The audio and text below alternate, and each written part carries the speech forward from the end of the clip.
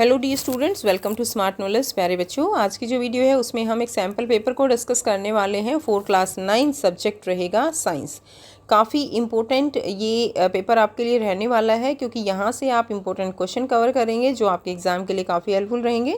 साथ ही आपको कॉन्सेप्ट भी क्लियर होगा, और अगर आपको किसी भी टॉपिक के बारे में क्लियर हो जाता है, कॉन्सेप्ट क्लियर हो जाता है, तो उससे रिलेटेड किसी तरह का क्वेश्चन आ जाए आप उसको फ्रेम कर सकते हो। तो इसीलिए कॉन्सेप्ट को समझना बहुत ज़रूरी है, और किस तरह से क्वेश्चंस आएंगे, क्या पैटर्न रहेगा, वो सभी आप यहाँ से देखोगे।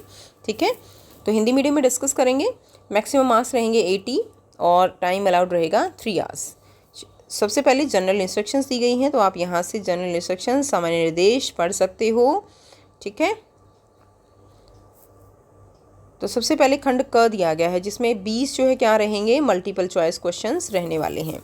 देखिए, पहला क्वेश्चन क्या है। ऊर्ध्वपातन तब होता है जब किसी पदार्थ की अवस्था में निम्न परिवर्तन होता है। तो किसी पदार्थ की अवस्था में क्या परिवर्तन होता है जिसको हम ऊर्ध्वपातन कहते हैं। तो जो ठोस है वो सीधा किस में बदल जाता है, वो सीधा गैस में बदल जाता है ऊर्ध्वपातन में।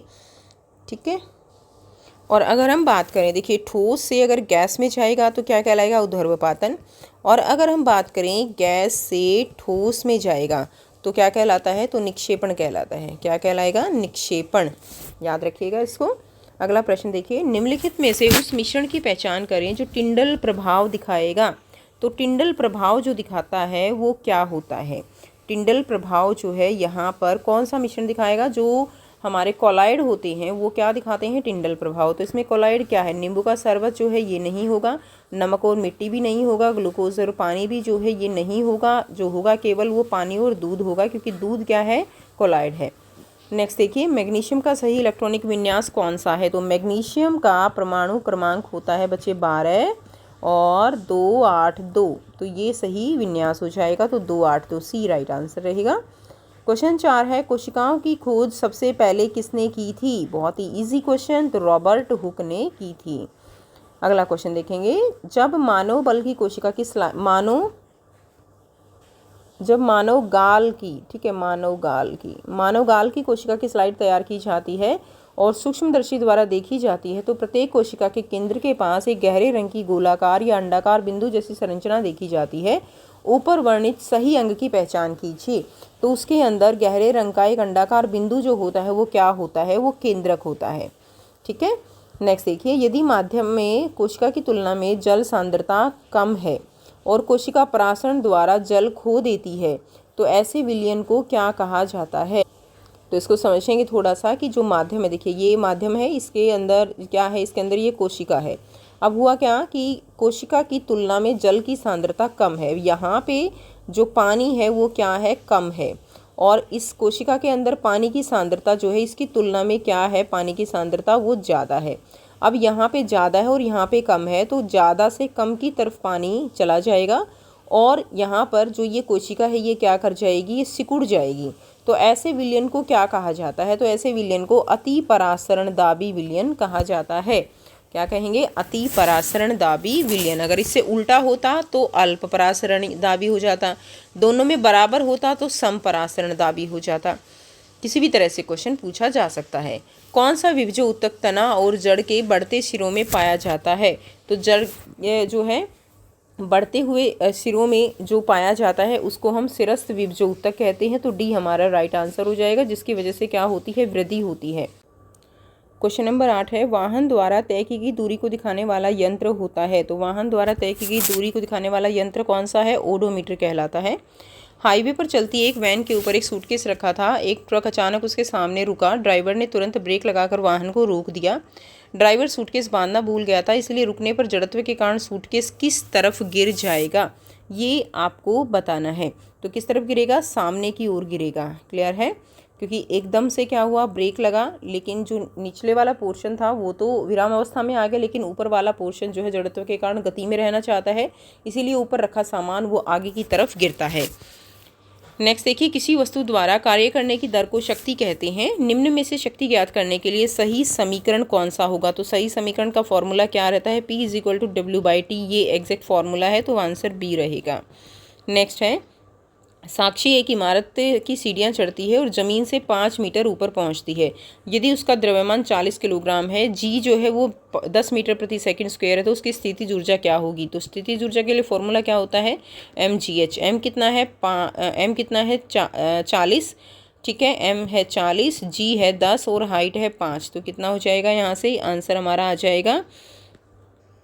तो इसके अकॉर्डिंग तो हमारा आंसर जो है वो 2000 जूल आना चाहिए, लेकिन ऑप्शन में हमारे पास नहीं है, तो यहाँ पे जो है 8 आएगा। ऑप्शन के अनुसार यहाँ पे कितना आएगा? 8 मीटर आएगा।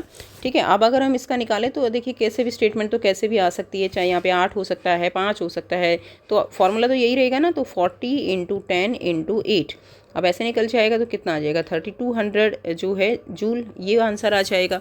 क्लियर? तो हमारा आंसर यहाँ पे इसके अकॉर्डिंग डी आ जाएगा। ठीक है, चलिए, ध्वनि का वह अभिलक्षण जो उसकी प्रबलता को दर्शाता है। ध्वनि की प्रबलता वो किससे मापी जा सकती है? तो ध्वनि की प्रबलता वो आयाम से मापी जाती है कि ध्वनि कितनी प्रबल रहेगी। तो इस तरह से ये क्या है? ये क्या कहलाएगा? ये इसका आयाम कहलाएगा। ये आयाम है, जितना ज़्यादा आयाम होगा उतनी ही ध्वनि जो है वो कैसी है? प्रबल ध्वनि है।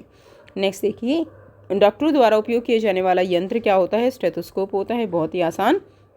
निम्नलिखित में से कौन सी मछली प्रजाति मिश्रित मछली संवर्धन में सतह से अपना भोजन प्राप्त करती है? तो सतह से कौन करती है? सतह से कटला करती है। क्लियर है? सतह से कटला करेगी। निम्नलिखित में से कौन सा कथन मधुमक्खी पालन हेतु वांछनीय नहीं है? मधुमक्खी पालन हेतु वांछनीय नहीं है तो वो क्या करें? वो अगर वो अधिक डंक मारे और चरगा बदलती रहती हैं तो ये वांछनीय नहीं है। मधुमक्खी पालन कैसे होगा? क्लियर? तो हमारा डी आंसर हो जाएगा। चारा फसलों के लिए कौन सी विशेषताएं उत्तम होती हैं? तो देखिए, हमें क्या चाहिए? चारा चाहिए, तो फसल कैसी हो? लंबी हो और शाखाएं भी ज़्यादा होनी चाहिए। तो लंबाई और सघन शाखाएं जो है वो इसकी विशेषता रहेगी। प्रश्न 17 से 20 जो है 2 कथन दिए गए हैं, कथन ए और कारण आर। तो इसमें क्या रहेगा? दोनों सत्य हैं, सही व्याख्या है तो ए, दोनों सत्य हैं, सही व्याख्या नहीं है तो बी, ए सत्य है, आर असत्य है सी, ए असत्य है, आर सत्य है डी। ठीक है, अब क्वेश्चन 17 है, रसोई से गर्म, ठीक है, रसोई से गर्म पके हुए भोजन की गंध कुछ ही सेकंड में हम तक पहुंच जाती है। क्यों? क्योंकि गैसों में अन्य गैसों का विसरण बहुत तेज़ी से होता है। तो इसमें हमारा आंसर भी ठीक है और ये इसकी सही एक्सप्लेनेशन भी ठीक है कि भाई गैसों का विसरण जो है वो आसानी से हो जाता है क्योंकि उनकी गतिज ऊर्जा ज़्यादा रहती है। तो आंसर हमारा क्या हो जाएगा? ए हमारा राइट आंसर रहेगा। क्वेश्चन नंबर 18 है, स्टोमेटा पौधे की पूरी सतह पर मौजूद छोटे छोटे छिद्र होते हैं। तो देखिए, पूरी सतह पर मौजूद नहीं होते स्टोमेटा, ये ध्यान दीजिए, पूरी सतह पर दिया गया है तो पूरी सतह पर नहीं होते हैं, वो पत्तियों में होते हैं।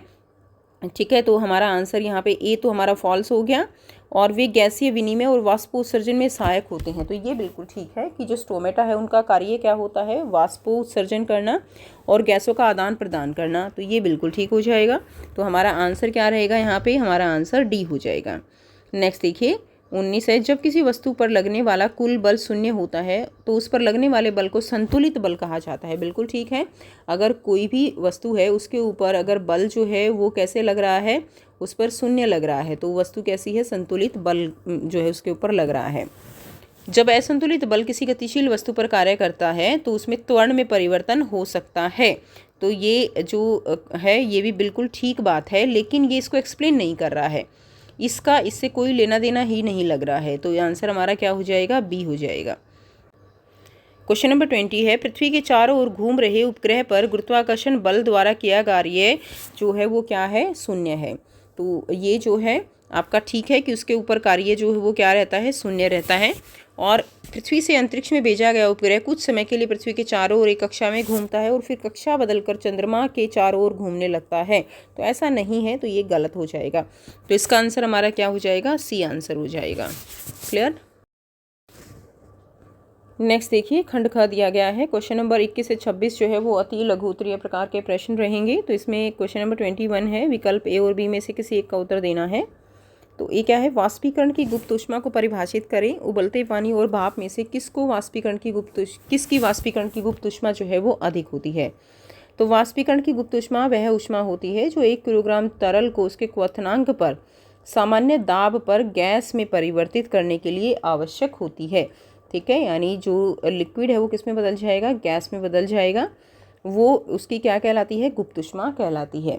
भाप में वाष्पीकरण की गुप्त ऊष्मा उबलते जल की तुलना में अधिक होती है, यानी जो जल है उसके अंदर का जो आकर्षण बल है उसको तोड़ने के लिए जो ऊष्मा लगेगी वो उसकी गुप्त ऊष्मा कहलाएगी। तो जो भाप है उसके अंदर ऊर्जा ज़्यादा रहेगी। अथवा में दिया गया है वाष्पीकरण की दर में वृद्धि के लिए कौन सा कारक जो है वो जिम्मेदार है। तो वाष्पीकरण की दर को बढ़ाने वाले कौन से कारक हैं। अगर तापमान में वृद्धि कर दी जाए तो गतिज ऊर्जा में वृद्धि होगी जिससे वाष्पीकरण की दर अधिक होगी। ठीक है। अगर सतह क्षेत्र में वृद्धि कर दी जाए, सतह क्षेत्र में वृद्धि यानी जैसे कपड़े सुखाते हो उसको फैला के सुखाते हो, तो यानी इसका मतलब क्या है कि वाष्पीकरण की दर बढ़ जाती है। पवन गति में वृद्धि, ठीक है, और आर्द्रता में कमी, तो इससे क्या होता है, वाष्पीकरण बढ़ता है। पदार्थ की 3 अवस्थाओं के योजनाबद्ध चित्र बनाइए। तो ये पदार्थ की 3 अवस्थाएं कौन सी होंगी, ठोस, द्रव और गैस। तो ये चित्र किसका हो जाएगा, ठोस का, ये किसका हो जाएगा, द्रव का, और ये किसका हो जाएगा, गैस का। क्लियर है। इसमें जो पार्टिकल्स हैं वो जो है आप थोड़ा सा और इनको क्या दिखा सकते हो, थोड़ा सा दूर दूर दिखा सकते हो। ठीक है, इस तरह से थोड़ा सा और जो है इसमें दूर दूर दिखा सकते हो। क्लियर है, ऐसे। नेक्स्ट देखिए, अगला प्रश्न दिया गया है दृष्टिवादी छात्रों के लिए, कौन कौन से कारक पदार्थ के एक अवस्था से दूसरी अवस्था में परिवर्तन का कारण बनते हैं। तो एक अवस्था से दूसरी अवस्था में परिवर्तन अगर करना होता है तो हम तापमान कम करते हैं या और दाब जो है उसमें परिवर्तन करते हैं। तापमान कम भी कर सकते हैं, ज़्यादा भी कर सकते हैं। इसी तरह दाब का भी जो कॉन्सेप्ट है वो रहता है। दिए गए विलयनों में से उन घटकों की सूची बनाइए जो विलेय और विलायक हैं। विलेय क्या होते हैं, जो विलयन होता है उसमें कम मात्रा में होता है, और विलायक क्या होता है, जो ज़्यादा मात्रा में होता है। अब हमें बस यही देखना है। सोडा जल जो है उसमें क्या होता है, सोडा जल के अंदर CO2 और वाटर होता है। तो वाटर यहाँ पर क्या है, जल यहाँ पे विलायक है, और जो कार्बन डाइऑक्साइड है वो उसके अंदर जो है विलेय है। टिंचर आयोडीन के अंदर टिंचर आयोडीन विलेय आयोडीन रहेगा और विलायक अल्कोहल होता है। बहुत ही इंपॉर्टेंट है ये। ठीक है, नेक्स्ट देखिए, विकल्प ए और बी में से किसी एक का उत्तर आपको देना है। कोशिका में केंद्र के अलावा किन्हीं 2 अंगकों के नाम बताइए जिनका अपना आनुवांशिक पदार्थ होता है। वे अपने प्रोटीन का संश्लेषण भी स्वयं करते हैं, कैसे। तो 2 अंगक जिनका अपना आनुवांशिक पदार्थ होता है वो कौन से होते हैं, वो माइटोकॉन्ड्रिया और प्लास्टिड हैं। और प्रोटीन का संश्लेषण कौन करता है, राइबोसोम करता है। तो इसका मतलब क्या हुआ कि इनके अंदर राइबोसोम भी होता है, इनका अपना राइबोसोम होता है, और उसी की उपस्थिति के कारण ये प्रोटीन का संश्लेषण स्वयं करते हैं। उसके बाद देखिए नेक्स्ट है, पादप कोशिका और जंतु कोशिका में ऐसे किस प्रकार भिन्न है। कोई 2 अंतर आपको बताने हैं, तो कोई भी 2 अंतर बताने हैं आप लिख लेंगे। कोशिका भित्ति जो है पादप कोशिका में उपस्थित होती है लेकिन जंतु कोशिका में अनुपस्थित होती है। वैक्यूल जो है पादप कोशिका में एक बड़ा होता है और इसमें छोटे होते हैं। प्लास्टिड पादप कोशिका में होते हैं लेकिन जंतु कोशिका में नहीं होते हैं।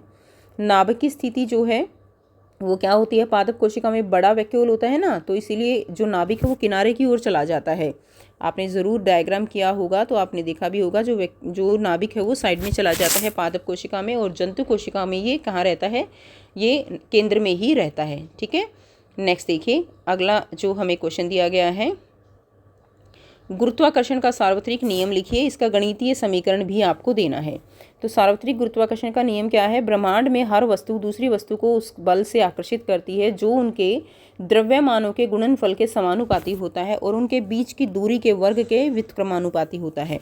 अब इसी को हम समझेंगे, उनके यानी जो बल लगता है F = तो दूसरी वस्तु को बल से आकर्षित करती है जो उनके द्रव्यमानों के गुणनफल के समानुपाती होता है, यानी G/m उनका जो है द्रव्यमान हो गया, उनका गुणनफल और उसके समानुपाती, और उनके बीच की दूरी का वर्ग यानी स्क्वायर, उसके व्युत्क्रमानुपाती यानी इसके नीचे आएगा।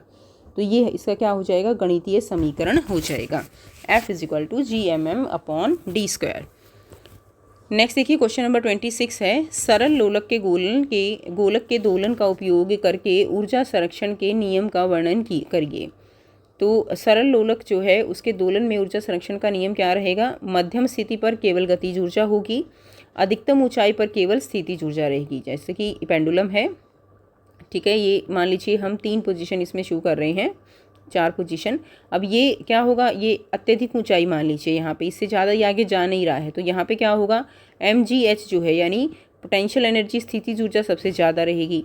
अब यहाँ पे जो बिल्कुल सेंटर में है, ठीक है, मध्यम स्थिति पर, तो यहाँ पे क्या रहेगी, यहाँ पे स्थितिज ऊर्जा नहीं होगी, यहाँ पे सबसे ज़्यादा गतिज ऊर्जा रहेगी, और बीच की सिचुएशन जो होगी वहाँ पे काइनेटिक एनर्जी और पोटेंशियल एनर्जी, ठीक है, गतिज ऊर्जा और स्थितिज ऊर्जा, ये दोनों ही आपस में ये स्थिर होती हैं, आपस में परिवर्तित होती रहती हैं।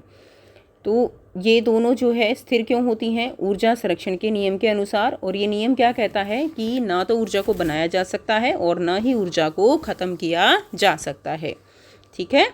उसके बाद खंड ग दिया गया है। प्रश्न संख्या 27 से 33 जो है वो लघु उत्तरीय प्रकार के प्रश्न रहेंगे। भौतिक और रासायनिक परिवर्तनों में वर्गीकृत करना है। तो भोजन का पाचन कैसा है? एक रासायनिक परिवर्तन है। पानी का जमना एक भौतिक परिवर्तन है। लोहे में जंग लगना रासायनिक है।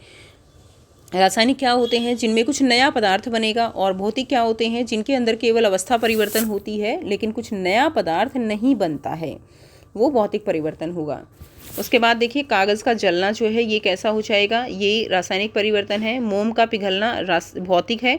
कागज़ का मोड़ना भौतिक रहेगा। K2CO3 और CO2 के आणविक द्रव्यमान की गणना करनी है क्वेश्चन नंबर 28 में। इनका दिया गया है परमाणु द्रव्यमान। तो K2CO3 का आणविक द्रव्यमान, तो इसमें कैसे करते हैं? K का जो द्रव्यमान है कितना है? 39, और K हैं कितने? 2 हैं, ठीक है। ये है ना K2CO3, K कितने हैं? 2 हैं, तो हमने 2 से उसको गुणा कर दिया। प्लस में करेंगे फिर, अब कार्बन है 12 लेकिन एक ही है, अब प्लस में कर दिया। ऑक्सीजन कितने हैं? इसका परमाणु द्रव्यमान कितना है? 16, और हैं कितने ऑक्सीजन? 3 ऑक्सीजन हैं, तो 3 सबको जोड़ देंगे और आंसर आ जाएगा 138U। इसी तरह आप CO2 का निकाल लेंगे। 12 एक CO है, ऑक्सीजन का 16 होता है, हैं ऑक्सीजन 2, ठीक है। इनको प्लस कर देंगे तो आंसर आ गया 44U। क्वेश्चन नंबर 29 देखेंगे। प्रोकैरियोटी और यूकैरियोटिक कोशिकाओं के बीच कोई 3 अंतर सूचीबद्ध करिए, ठीक है। कोई 3 अंतर जो है आपको बताने हैं प्रोकैरियोटिक और यूकैरियोटिक में। तो विशेषता यहाँ पे लिखेंगे। प्रोकैरियोटिक कोशिकाएं बच्चे आकार में कैसी होती हैं? छोटी होती हैं, जबकि यूकैरियोटिक बड़ी होती हैं। केंद्रकीय स्थिति अगर हम क्षेत्र देखें तो स्पष्ट रूप से परिभाषित नहीं होता। प्रोकैरियोटिक कोशिकाओं में केंद्रक वो न्यूक्लियोइड कहलाता है, ठीक है। जिस तरह अगर हम डायग्राम देखें तो इसके अंदर जो केंद्रक होता है वो ऐसे पर्टिकुलर नहीं होता है, ऐसे धागों के रूप में, इसको क्या बोलते हैं? न्यूक्लियोइड बोलते हैं। जबकि यूकैरियोटिक कोशिका के अंदर प्रॉपर जो है केंद्रक होता है। गुणसूत्र इसके अंदर एकल होते हैं, जबकि इसमें एक से अधिक होते हैं। झिल्लीबद्ध कोशिकांग प्रोकैरियोटिक में नहीं होते, जबकि यूकैरियोटिक में होते हैं, जैसे माइटोकॉन्ड्रिया, राइबोसोम और सब उनकी अपनी झिल्लियाँ होती हैं। 3 प्रकार के पेशीय ऊतकों की तुलना उनकी आकृति और कोशिकाओं में मौजूद केंद्रकों की संख्या के आधार पर करनी है। तो 3 प्रकार की जो पेशीय ऊतक है वो कौन सी है? एक तो धारीदार पेशी होती है, एक चिकनी पेशी होती है, और एक हृदय पेशी होती है, ठीक है। अब जो धारीदार पेशी होती है वो आकार में कैसी होती है? वो बेलनाकार होती है, कुछ इस तरह से जो है क्या होती है? बेलनाकार होती है। ये धुरीदार होती है चिकनी पेशी, यानी दोनों ही सिरों पे ये नुकीली इस तरह से होती है, धुरीदार। और ये बेलनाकार और शाखित होती है हृदय पेशी। आप डायग्राम भी ज़रूर कीजिएगा। केंद्रकों की संख्या, इसके अंदर बहुत सारे केंद्रक होते हैं, और ये जो होती है केवल एक केंद्रक होता है, और ये इसके अंदर भी क्या होता है? एक केंद्रक होता है। क्वेश्चन नंबर 31 देखेंगे। गति का तीसरा नियम लिखिए। अपने दैनिक जीवन में किसी एक उदाहरण का विश्लेषण करें जहां गति का तीसरा नियम लागू होता है और उसे समझाएं। तो गति का तीसरा नियम क्या है? कि प्रत्येक क्रिया के बराबर और विपरीत दिशा में प्रतिक्रिया होती है। बराबर और विपरीत दिशा में प्रतिक्रिया होती है, ठीक है। यानी अगर कोई वस्तु जो है, एक वस्तु दूसरी वस्तु पर बल डाल रही है तो दूसरी वस्तु पर भी समान रूप से ही उसके ऊपर बल डालेगी। जैसे कि हम ज़मीन पर चल रहे हैं तो ज़मीन को पीछे की ओर धक्का देते हैं, उसी बल से ज़मीन हमें आगे की ओर धक्का देती है। इस प्रकार वह चल पाता है। क्वेश्चन 32 है। विकल्प ए और बी में से किसी एक का उत्तर आपको देना है। आर्किमिडीज सिद्धांत के किन्हीं 3 अनुप्रयोगों को साझा कीजिए। तो आर्किमिडीज सिद्धांत के 3 अनुप्रयोग क्या लिख सकते हो? जहाज और पनडुब्बी का डिज़ाइन है। नंबर 1, दूध की शुद्धता जाँचने के लिए इलेक्ट्रोमीटर का प्रयोग किया जाता है। ये भी आर्किमिडीज प्रिंसिपल पर काम करता है। जो तरल पदार्थ होते हैं बच्चे, उनकी जो घनता मापने के लिए हाइड्रोमीटर का प्रयोग किया जाता है, वो भी इसी सिद्धांत पर आधारित होता है। उसके बाद अथवा में दिया गया है, लोहे की कील क्यों डूब जाती है जबकि कॉर्क पानी की सतह पर तैरता रहता है। तो देखिए यहाँ पे एक सिंपल सा कॉन्सेप्ट करेंगे। कोई भी चीज़ अगर डूब रही है तो इसका मतलब उसका जो घनत्व है वो ज़्यादा है, और अगर कोई चीज़ किसी दूसरी चीज़ पर तैर रही है तो तैरने का मतलब उसका घनत्व जो है वो क्या है? कम है। बिल्कुल यही कॉन्सेप्ट रखेंगे। तो लोहे की कील का घनत्व जल से अधिक होता है तो डूब रही है। कॉर्क का घनत्व जल से कम होता है तो जल का उत्प्लावन बल जो है उसे क्या करता है? तैराए रखता है।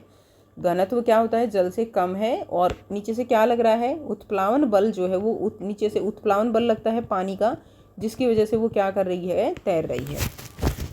अगला प्रश्न है 33, किसानों द्वारा उपयोग किए जाने वाले खाद और उर्वरक किस प्रकार भिन्न है, कार्बनिक खेती अपनाने की सलाह क्यों दी जाती है।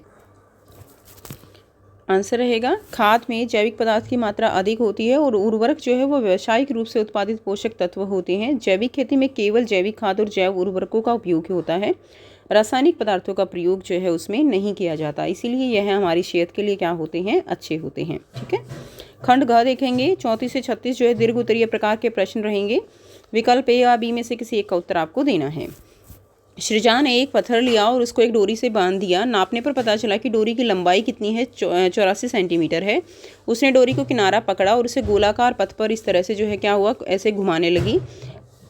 5 चक्कर लगाने पर पत्थर द्वारा तय की गई दूरी आपको बतानी है। ऐसे उसने घुमाते घुमाते कितने चक्कर लगाए, 5 चक्कर। फिर उसने सृजा ने अचानक डोरी छोड़ दी, पत्थर किस दिशा में जाएगा। ठीक है, तो देखिए पत्थर जो है जैसे एकदम से अचानक डोरी छोड़ देते हैं तो पत्थर जो होता है वो जो स्पर्श रेखा होती है उसी दिशा में चला जाता है। तो जब डोरी छोड़ी जाएगी तो पत्थर स्पर्श रेखा की दिशा में जाएगा। अब सबसे पहले क्या करना है, हमें यहाँ पे 5 चक्कर लगाने पर पत्थर द्वारा तय की गई दूरी हमें बतानी है। तो वृत्त की त्रिज्या क्या है, वृत्त की जो त्रिज्या है वो हम, वृत्त की त्रिज्या कितनी है हमारे पास, 84 सेंटीमीटर है। क्लियर है, 84 सेंटीमीटर, यानी अगर हमने मीटर में कन्वर्ट किया तो 0.84। एक चक्कर द्वारा तय की गई दूरी तो क्या हो जाएगा, एक जो सर्कल है उसका पूरा चक्कर लगाया तो 2πr, और अगर 5 से गुना कर देंगे तो क्या आ जाएगा, आंसर आ जाएगा। तो 2πr जो है हमारा हो जाएगा, ये एक चक्कर द्वारा तय की गई दूरी हो गई। 2πr कितनी हमारे पास, 0.84। 5 चक्कर लगाए तो 26.4 मीटर हो जाएगा। तो पत्थर अगर अचानक डोरी छोड़ दी तो पत्थर किस दिशा में जाएगा, तो पत्थर स्पर्श रेखा की दिशा में चला जाएगा। एक चक्कर पूरा लगाने के बाद पत्थर द्वारा कितना विस्थापन होगा, तो विस्थापन के केस में क्या होता है कि जिस पॉइंट से चला उसी पॉइंट पर वापस आ गया, एक बार का 0। इसी तरह 5 चक्कर काटे तो 5 चक्कर काटने के बाद भी क्या होगा, 0, तो विस्थापन होगा 0। अगला प्रश्न है, दी गई जानकारी का उपयोग करके सड़क पर चलते वाहन के लिए वेग समय ग्राफ बनाइए। बनाए गए ग्राफ से कौन सा निष्कर्ष जो है वो प्राप्त करते हैं। तो वेग समय ग्राफ बनाना, इसमें देखिए वेग दिया गया है, समय दिया गया है। तो 5, 10, 15, 20, 25, 30, ठीक है, 2, 4, 6 इस तरह से दिया गया है। तो आप देखेंगे तो जो डाटा है वो उनमें जो डिफरेंस है वो सेम है। सेम डिफरेंस जो है वेग में है, सेम डिफरेंस समय में है। तो ग्राफ हमारा कैसा रहेगा, इस तरह सीधी रेखा वाला ग्राफ हमें मिलेगा। 5, 10, 15, 20 ये ग्राफ आप बहुत आसानी से बना सकते हो। ये क्या है, समय है, और ये क्या है, वेग है। क्लियर, तो ग्राफ हमारा कैसा बन गया, सीधा। यह ग्राफ क्या दिखाता है, तो वेग समय जो ग्राफ होता है, वेग समय ग्राफ, इससे हमें क्या मिलता है, इससे हमें त्वरण मिलता है। और अगर दूरी समय ग्राफ होगा, दूरी समय ग्राफ होगा तो उससे हमें क्या मिलेगी, चाल मिलेगी। ठीक है, तो यहाँ पे त्वरण आ जाएगा। तो क्या मिलेगा हमें, त्वरण को दर्शाता है। उसके बाद दृष्टिबाधित छात्रों के लिए दिया गया है, गति और वेग के बीच अंतर बताइए। तो बहुत आसान है, गति क्या है, कुल दूरी बटे कुल समय, और वेग क्या है, विस्थापन बटे समय। अब जो है रीमा सीधी सड़क के एक छोर से दूसरे छोर तक दौड़ती है। ये सीधी सड़क है और इसका एक छोर और दूसरा छोर। सड़क की लंबाई कितनी है, 575 मीटर है। ठीक है, 575 मीटर है। जब उसने इस समय देखा तो पाया कि उसे 4 मिनट लगे। समय कितना लगा, 4 मिनट लगा। लेकिन वापस आते समय 2 मिनट अतिरिक्त लगे, यानी जाते समय 4 मिनट लगे, आते समय 6 मिनट लगे। औसत गति मीटर प्रति सेकंड में ज्ञात कीजिए। तो इसकी औसत गति आपको निकालनी है। अब देखिए यहाँ पे कुल दूरी कितनी हो जाएगी, वो गई है और आई है। 2 जो है बार उसने ये दूरी तय की है, तो 575 को 2 से गुणा कर दीजिए, आंसर आ गया 1150। अब समय कितना लगा, 4 मिनट जाने में, 6 मिनट आने में, तो 10 मिनट लगे। और इसको हम सेकंड में बदल लेंगे क्योंकि आंसर हमें मीटर प्रति सेकंड में निकालना है। औसत गति क्या होगी, औसत गति निकलेगी कुल दूरी बटे कुल समय। तो 1150 बटे 600, आंसर आ जाएगा 1.92 मीटर प्रति सेकंड। अगला प्रश्न है, निम्नलिखित ए या बी में से किन्हीं एक का उत्तर दीजिए। समस्थानिक और समभारी के बीच अंतर बताइए। तो समस्थानिक क्या होते हैं, एक ही तत्व के वे परमाणु जिनके द्रव्यमान जो है वो भिन्न भिन्न होते हैं। जैसे कार्बन 6 है, 12 है, कार्बन 6, 14, ये क्या हो गए, एक दूसरे के समस्थानिक हो जाएंगे। और समभारी क्या होते हैं, वे परमाणु जिनका द्रव्यमान जो है समान होता है। जैसे कि आर्गन हो गया और कैल्शियम हो गया। अब इसका जो होता है, आप ये इसका बाहर जो परमाणु द्रव्यमान 40 है, इसका भी 40 है। परमाणु क्रमांक इसका 18 है, इसका 20 है। ठीक है। तो जिनका परमाणु द्रव्यमान समान होता है वो एक दूसरे के समभारी कहलाते हैं। नेक्स्ट क्वेश्चन है कोबाल्ट समस्थानिकों का कोई एक चिकित्सीय अनुप्रयोग बताइए। कोई एक चिकित्सीय अनुप्रयोग हो सकता है। कोबाल्ट समस्थानिक कैंसर के उपचार में प्रयोग होता है, ठीक है। या आयोडीन का लिख सकते हो कि घेंगा के उपचार में प्रयोग किया जाता है। तीसरा प्रश्न है यदि किसी परमाणु के K, L और M कोश भरे हुए हैं तो परमाणु में इलेक्ट्रॉनों की संख्या क्या होगी और इसकी संयोजकता क्या होगी, ठीक है। तो यदि K, L, M कोश भरे हुए हैं तो 2, 8, 8, ठीक है। तो इसकी संख्या क्या हो गई, 18 हो गई। और इसकी संयोजकता, अगर कुल इलेक्ट्रॉन 18 हैं, आखिरी कक्ष पूरा भरा हुआ है, तो संयोजकता कितनी हो जाएगी, 0 हो जाएगी। नेक्स्ट देखिए, अथवा में दिया गया है एक तत्व X के दो समस्थानिकों का परमाणु द्रव्यमान क्रमशः 16U और 18U है। X का औसत परमाणु द्रव्यमान ज्ञात कीजिए। तो औसत कैसे निकलेगा, औसत जो है देखिए 16 जो परमाणु क्रमांक का है वो कितना उपस्थित है, 90%, और 18 वाला कितना है, 10% है। तो 16 को 90 से गुणा किए और 18 को 10 से गुणा करेंगे और बटे में कितना कर देंगे औसत निकालने के लिए, क्योंकि टोटल कितना है, टोटल तो 90 है और दूसरा 10 है, टोटल तो 100 है, तो इसीलिए 100 से भाग कर देंगे। तो ये आ जाएगा 14.4 + 1.8, ठीक है। तो ये आ जाएगा 16.2 U, ये आंसर हो जाएगा। अगला है नाइट्रोजन की परमाणु संख्या कितनी है, 7 है। इसमें कितने इलेक्ट्रॉन, प्रोटॉन और न्यूट्रॉन हैं। इसका परमाणु द्रव्यमान क्या है, इसका इलेक्ट्रॉनिक विन्यास और संयोजकता, सारी चीज़ें आपको लिखनी है। तो नाइट्रोजन का परमाणु संख्या कितनी है, 7 है, ठीक है। और नाइट्रोजन का परमाणु बाहर कितना होता है, 14 होता है। अब इसमें इलेक्ट्रॉन बताने हैं, प्रोटॉन बताने हैं, न्यूट्रॉन बताने हैं। इलेक्ट्रॉन तो हो गए 7, प्रोटॉन भी हो गए 7, न्यूट्रॉन कैसे निकालेंगे, 14 में से 7 घटा दीजिए, कितना आ जाएगा, 7, ठीक हो गया। तो न्यूट्रॉन कितने हैं, वो भी 7 हो जाएंगे। परमाणु द्रव्यमान हो गया 14, इलेक्ट्रॉनिक विन्यास तो 7 अगर इलेक्ट्रॉन है तो 2 और 5 हो गया परमाणु जो इलेक्ट्रॉनिक विन्यास है। इसकी संयोजकता लिखनी है, तो संयोजकता आखिरी कक्ष में 5 इलेक्ट्रॉन है, तो 8 में से 5 माइनस कर दीजिए, आंसर कितना आ गया, 3 आ गया। तो संयोजकता कितनी हो जाएगी, 3 हो जाएगी। अगला प्रश्न देखिए 36 है, विकल्प A और B में से किसी एक का आपको यहाँ पे उत्तर देना है, A और B में से। तो देखिए A है जाइलम में कौन कौन से संघटक होते हैं। तो जाइलम में कौन से संघटक हैं, फ्लोएम के उस संघटक का नाम बताइए जो निर्जीव है। तो जाइलम के घटक कौन से होंगे, वाहिका, वाहिनिका, जाइलम पैरेन्काइमा और जाइलम रेशे। उस संघटक का नाम बताना है जो निर्जीव है। तो निर्जीव केवल एक ही है, जाइलम रेशे जो है इसके अंदर क्या होता है, फ्लोएम का, ठीक है। फ्लोएम का नाम बताइए जो निर्जीव है। तो निर्जीव फ्लोएम में क्या होंगे, फ्लोएम तंतु। जाइलम रेशे भी निर्जीव होते हैं, फ्लोएम तंतु भी निर्जीव होते हैं। उसके बाद जाइलम जल का परिवहन करता है, कार्य बताना है आपको एक एक। तो जाइलम जल का परिवहन करता है और फ्लोएम जो है वो भोजन का परिवहन करता है। अथवा में दिया गया है अंतरकोशिकीय स्थानों और कोशिका भित्ति की मोटाई के आधार पर पौधों में सरल स्थायी उत्तक की तुलना सारणीबद्ध रूप में करिए। तो देखिए अंतरकोशिकीय स्थान और कोशिका भित्ति की मोटाई, तो पैरेन्काइमा में अंतरकोशिकीय स्थान ज़्यादा होता है क्योंकि इसके अंदर जो कोशिकाएं हैं उनके बीच में स्पेस रहता है इस तरह से, और उनकी मोटाई कैसी होती है, पतली। कॉलनकाइमा में इनके बीच में कम स्थान होता है क्योंकि इनकी जो मोटाई है, ये इनके ऊपर जो डिपोजिशन है वो बढ़ने लगती है और ये जो है थिक होने लगती हैं, तो कोनों पर ये मोटी हो जाती हैं। स्क्लेरेन्काइमा में कोई स्थान नहीं होता, आपस में इनकी जो थिकनिंग है वो बहुत ज़्यादा बढ़ जाती है और कोशिका भित्ति की मोटाई अत्यधिक हो जाती है। नेक्स्ट देखिए बीजों और मेवों के कठोर आवरण में कौन सा सरल स्थायी उत्तक मौजूद होता है। तो बीजों और मेवों के कठोर आवरण में जो जहाँ भी कठोरता की बात आती है वहाँ पे स्क्लेरेन्काइमा उपस्थित होता है बीजों और मेवों में। इन्हें स्थायी उत्तक क्यों कहा जाता है, इन्हें स्थायी उत्तक कहा जाता है क्योंकि ये विभाजित नहीं होते, केवल कार्य करते हैं, ठीक है। इसीलिए क्या कहा जाता है, स्थायी उत्तक कहा जाता है। खंड अड़ा दिया गया है 37 से 39 जो है केस आधारित प्रश्न रहेंगे, जिनमें 2 से 3 छोटे उपभाग हैं। इन उपभागों में से एक आंतरिक विकल्प जो है वो प्रदान किया गया है।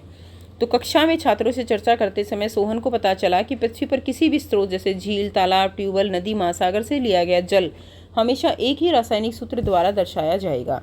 तो छात्रों द्वारा रासायनिक संयोजन के किस नियम पर चर्चा की जा रही है, तो ये कौन सा नियम होता है, ठीक है, ये आपको बताना है। तो ये कौन सा नियम होता है बच्चे, स्थिर अनुपात का नियम। पानी में के अणु में, पानी का अणु, उसमें मौजूद परमाणुओं की संख्या का अनुपात कितना है।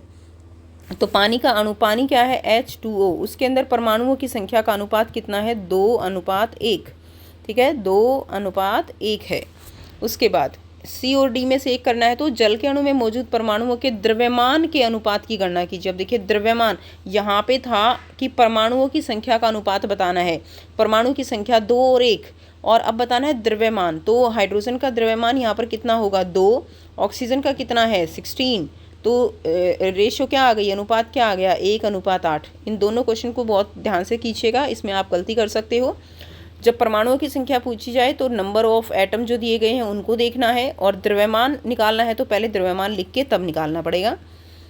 जल के अणु के सूत्र इकाई द्रव्यमान की गणना कीजिए। तो सूत्र इकाई द्रव्यमान कैसे निकालेंगे जल के अणु का, तो जल देखिए H2O होता है, तो एक इसके अंदर 2 हाइड्रोजन है और 1 उसका द्रव्यमान होता है, प्लस में ऑक्सीजन का कितना होता है 16, तो कितना आ गया 18 U जो है इसका आंसर हो जाएगा। अगला क्वेश्चन है 38, किसी भी बहुकोशिकीय जीव के शिशु का आकार छोटा होता है जब वह जन्म लेता है, ठीक है, तो आकार कैसा होता है छोटा।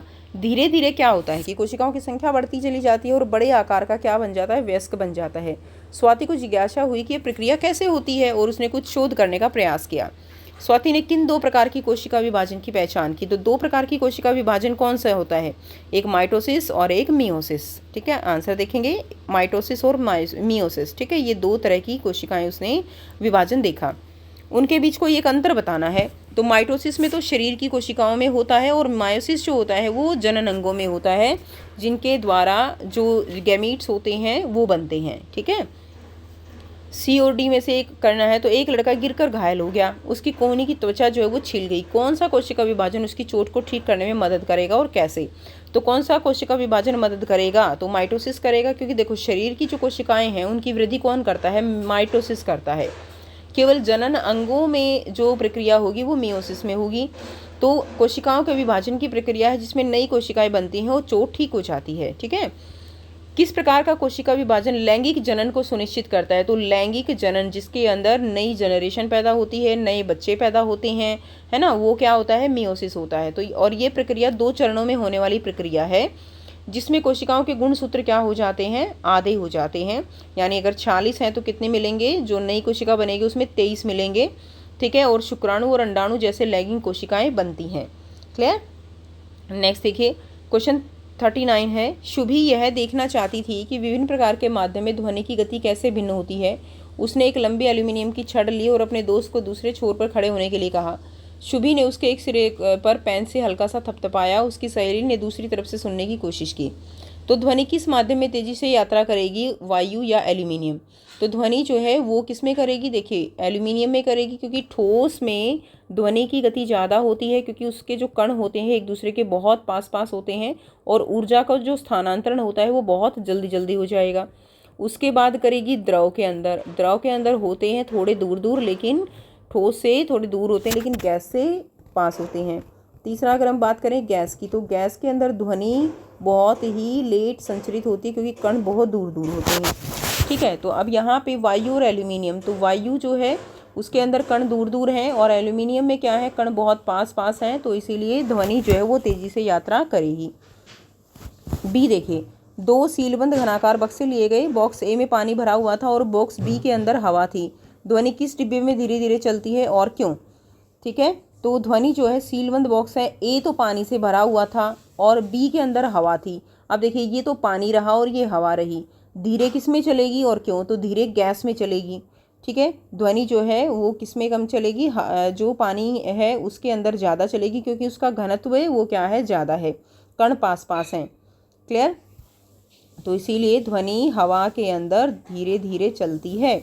अगला क्वेश्चन है, ध्वनि के किस अभिलक्षण से निम्न का पता चलता है, तारत्व। तारत्व का पता किससे चलता है, तो आवृत्ति जो है उससे हमें तारत्व का पता चलता है। और समान तारत्व और प्रबलता की 2 ध्वनियों में अंतर कैसे किया जा सकता है, ठीक है। उसके बाद आवृत्ति जो है वो तारत्व को दर्शाता है, आवृत्ति क्या करेगा, तारत्व को। और आयाम आप याद रखिएगा, आयाम वो किसको दिखाता है, प्रबलता को। आयाम दिखाता है प्रबलता को और आवृत्ति जो है किसको दिखाएगी, तारत्व को। और अगर सेम जो है तारत्व है, सेम प्रबलता है, तो फिर कैसे पता करें, तो वो फिर गुणवत्ता, टिम्बर जो है ये गुण होता है ध्वनि का, तो एक जैसी आवृत्ति और प्रबलता की दो ध्वनि में अंतर बताते हैं। ठीक है, उसके बाद नेक्स्ट क्वेश्चन देखिए, अथवा में दिया गया है जब ध्वनि हवा में संचरित होती है तो यह बारी बारी से अधिक घनत्व वाले क्षेत्र और कम घनत्व वाले क्षेत्र बनाती है, उन्हें किस नाम से जाना जाता है? जब हवा में संचरित होती है तो क्या होता है कि ये अधिक घनत्व वाला हो गया, फिर जो है क्या आ जाएगा, कम घनत्व वाला हो जाएगा, फिर क्या हो जाएगा, ये ऊर्जा संचरित होगी तो अधिक घनत्व वाला हो जाएगा, फिर कम घनत्व वाला हो जाएगा, इस तरह से। ठीक है, तो जो अधिक घनत्व वाला होता है उसको हम क्या कहते हैं? उसको हम संपीड़न बोलेंगे। क्या बोलेंगे? संपीड़न। और जो दूर दूर होते हैं उसको हम बोलते हैं विरलन। क्या बोलेंगे? विरलन। तो संपीड़न और विरलन हमारा यहाँ से आंसर हो जाएगा। क्लियर है? तो ये था कंप्लीट पेपर। आई होप सभी बच्चों को सारे क्वेश्चंस क्लियर हैं। फिर भी अगर आपको कोई डाउट हो तो बच्चे आप पूछ सकते हो। वीडियो अच्छी लगे तो वीडियो को ज़रूर से लाइक करना, शेयर करना और चैनल को करना सब्सक्राइब इसी तरह की और वीडियोस के लिए। And best of luck for your exam. Take care, bye bye.